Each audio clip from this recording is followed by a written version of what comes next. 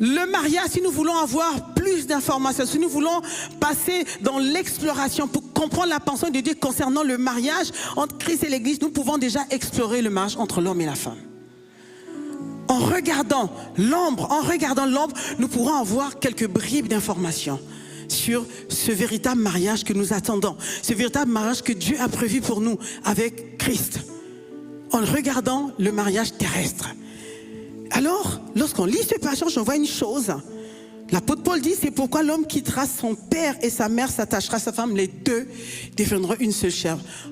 Autrement dit, le 2, ça veut dire 1 plus 1 égale 1.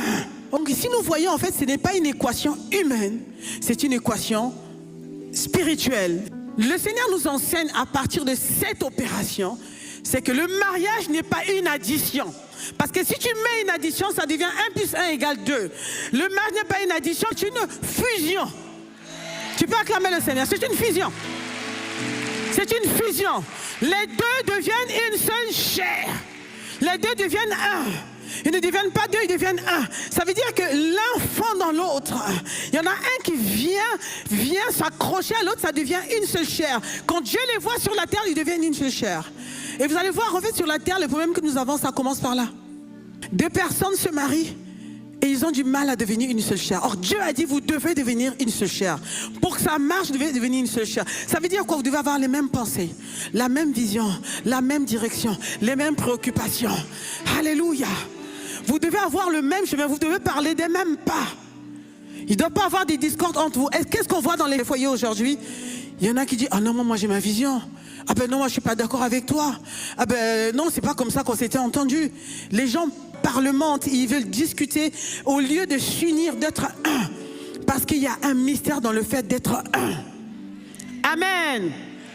Cette union n'est pas juste une union émotionnelle ou physique, mais c'est une alliance divine. Amen.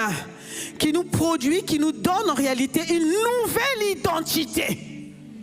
Tu n'es plus la jeune fille que tu étais hier, mais en t'unissant à ton mari, tu viens épouser ton nom, tu viens prendre ce qui était enlevé. Tu deviens une nouvelle personne. Et c'est pour cela que c'était la volonté de Dieu sur le mariage.